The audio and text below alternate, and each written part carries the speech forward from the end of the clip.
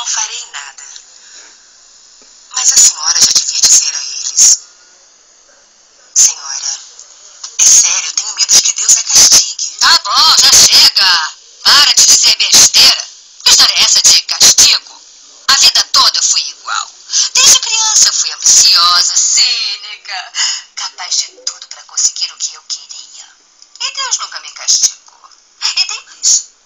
Até me ajudou a sair viva de um acidente e de uma terrível operação no cérebro. Podem ter sido provas que ele a fez passar. A senhora não está levando isso muito a sério. Hoje você está insuportável. É melhor você ir pegar um chá. Sim, senhora. E muito cuidado para não me trair dizendo a alguém a minha verdade, Elvira.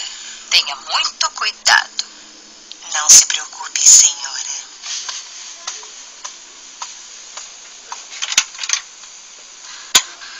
Sempre há uma testemunha perigosa de nossas maldades. Lalinha, Elvira. Mas os mortos